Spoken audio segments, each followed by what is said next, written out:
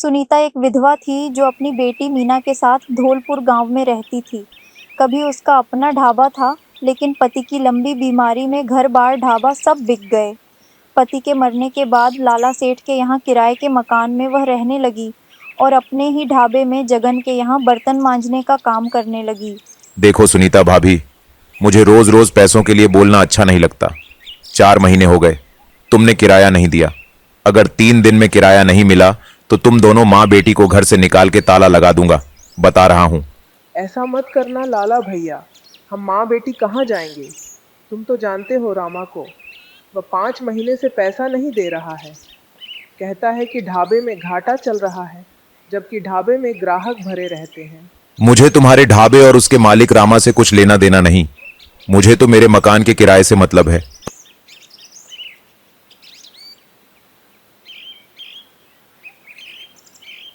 माँ अब क्या होगा, हम लोग कहाँ रहेंगे? सब ठीक हो जाएगा बिटिया, भगवान कुछ ना कुछ जरूर सोचे होंगे हम लोगों के लिए। ठीक है बेटी, मैं जाती हूँ ढाबे पर, नहीं तो जगन चिल्लाएगा मुझ पर। अरे चाची, सवेरे सवेरे लाला सेठ आप पर क्यों चिल्ला रहा था? अरे 4 महीने से मकान का किराया नहीं दिए हैं, इसलिए बोला है कि अगर 3 दिन में पैसा नहीं मिला तो वह मकान में ताला लगा देगा। तो पैसे क्यों नहीं दे देती? कहाँ से दूं पैसा, 5 महीने से रामा ने पैसा नहीं दिया है। घर का खर्च तो जैसे तैसे चल रहा है, 10,000 कर्ज हो गए हैं, पता नहीं कैसे चुकाएंगे। अगर आप कहो तो मैं आपकी मदद कर सकता हूँ। अरे इस समय मुझे पैसों की सख्त ज़रूरत है, कहीं से मुझे पैसे दिला दो तो बहुत मेहरबानी होगी। ठीक है, मैं धनीराम सिंह से बात कर शाम को पैसे दिलवा दूंगा।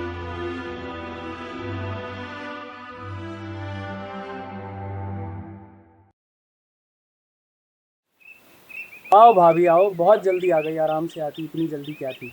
अरे जगन भैया देखो ना, सुबह सुबह लाला सेठ मकान मालिक आकर बोलने लगा कि 3 दिन में अगर 4 महीने का बकाया नहीं दिया तो वह ताला लगा देंगे। अरे तो आप मेरे ढाबे में ताला लगाने में क्यों जुटी हो? आधे ग्राहक तो लौट गए। ताला मैं क्यों लगवाऊंगी, अलबत्ता तुमने मेरा 5 महीने का वेतन नहीं दिया है, जिस कारण मेरे घर पर ताला लगने की नौबत आ गई है। मुझे मेरे पैसे दे दो, मुझे नहीं करना तुम्हारे पास कोई काम बाम। अरे भाभी, तू तो बुरा मान गई, ले लेना पैसे, मैं कौन सा भागा जा रहा हूँ। अरे आप तो अपने घर के आदमी हो, चलो थोड़े से बर्तन हैं, उसे मांज दो। मुझे नहीं काम करना तुम्हारे यहाँ, मुझे मेरा पैसा दो। ठीक है, शाम को आकर अपना पैसा ले जाना।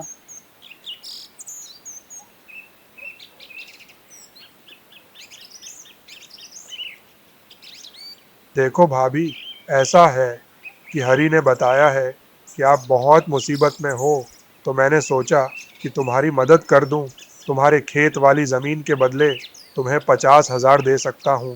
अभी मैं कुछ बोलने की स्थिति में नहीं हूँ। 20,000 लाला सेठ के और 10,000 बनिए का, कुल 30,000 मुझे तत्काल चाहिए।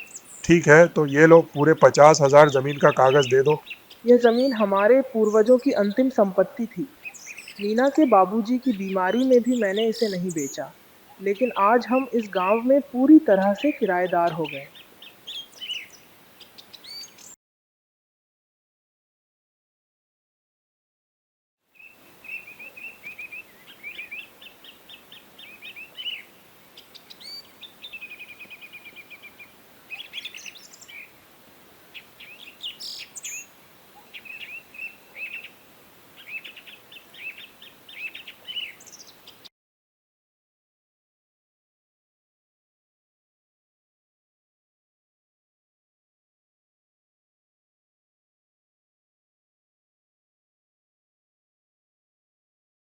यह लो लाला सेठ, अपना किराए का पैसा, 4 महीने का बकाया और 2 महीने का एडवांस, कुल 30,000।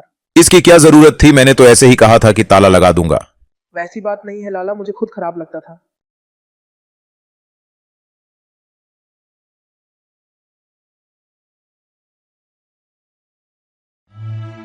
माँ पंडित जी आए हैं।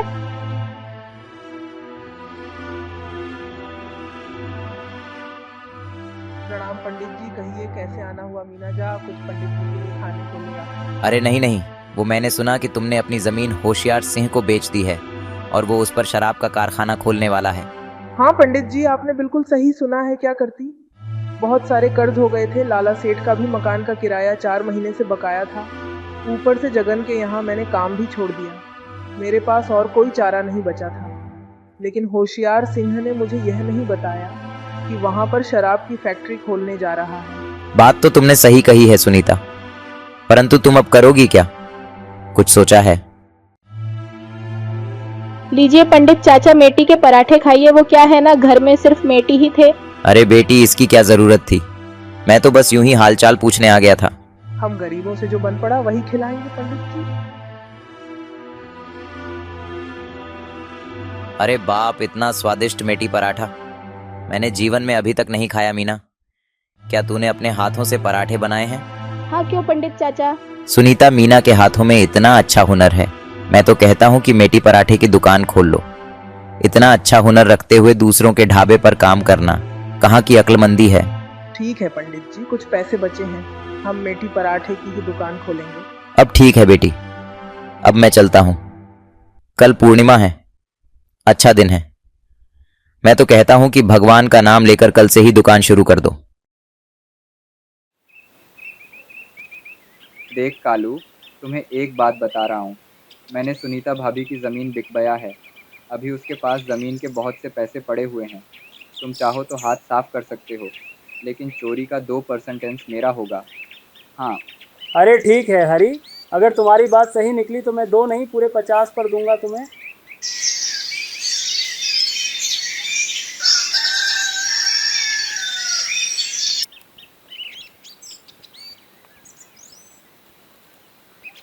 माँ सुबह हो गई, चल उठ, बाजार जाकर मेटी पराठे बनाने के लिए सामान भी लाना है। ठीक है बेटा, ठीक है, चाय पीकर चलते हैं बाजार। तू अंदर से झोला ले आ।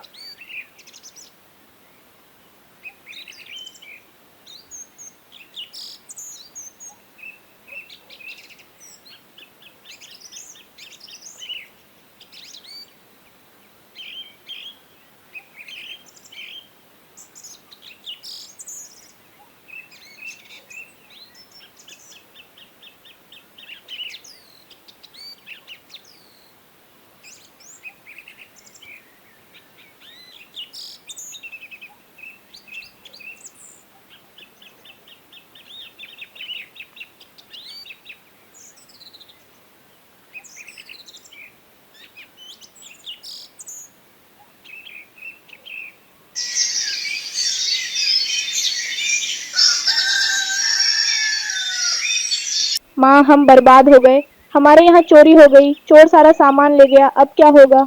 नहीं, ऐसा नहीं हो सकता। भगवान हमारे साथ इतना बड़ा अन्याय कैसे कर सकते हैं।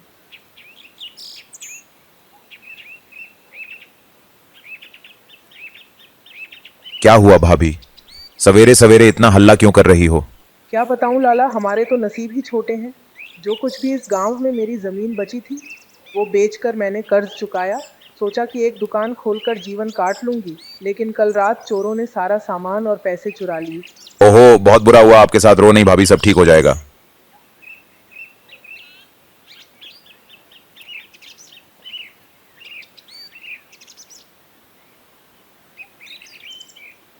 लाला ठीक कह रहा है। सुमन मत रो, जो हुआ सो हो गया। अब आगे की सोचिए। ले कुछ पैसे, जाकर दुकान के लिए सामान ले आ। पंडित जी ठीक कह रहे हैं भाभी। ये लो 10,000 जो तुमने 2 महीने का एडवांस दिया था, दुकान से कमाई होने पर देना।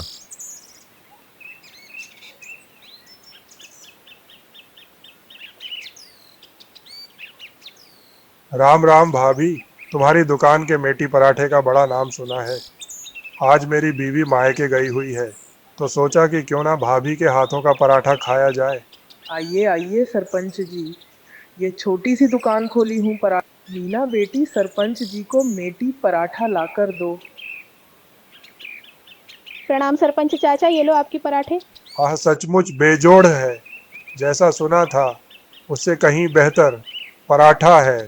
कहाँ छुपा कर रखा था इस हुनर को। अभी तक बेटा अगले रविवार को मंत्री जी आ रहे हैं। वह खाने पीने के बहुत शौकीन है। मैं उन्हें यह पराठा खिलाऊंगा।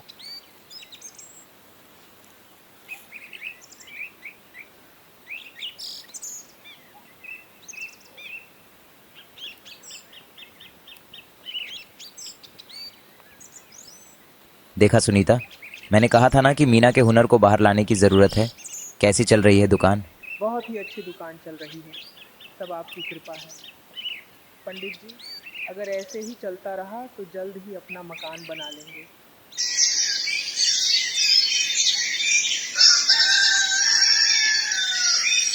सुमन भाभी, आप हमें पराठे का मसाला बना कर दो। हम उसे पैकेट में बंद कर बाजार में सप्लाई करेंगे। जरूर, मैं कल से ही मेथी पराठे का मसाला शहर भिजवा दूंगी। कसम झूले लाल की पूरे मार्केट में आग लग जाएगी। ये लो पूरे 2 लाख रुपए एडवांस। सेठ जी, मैं आपका यह उपकार जिंदगी भर नहीं भूलूंगी। अरे भाभी, उपकार कैसा, 7 दिनों में यह पैसे मैं मेटी पराठा बेचकर कमा लूंगा। व्यापारी हूं, बिना मुनाफे का एक भी पैसा इन्वेस्ट नहीं करता।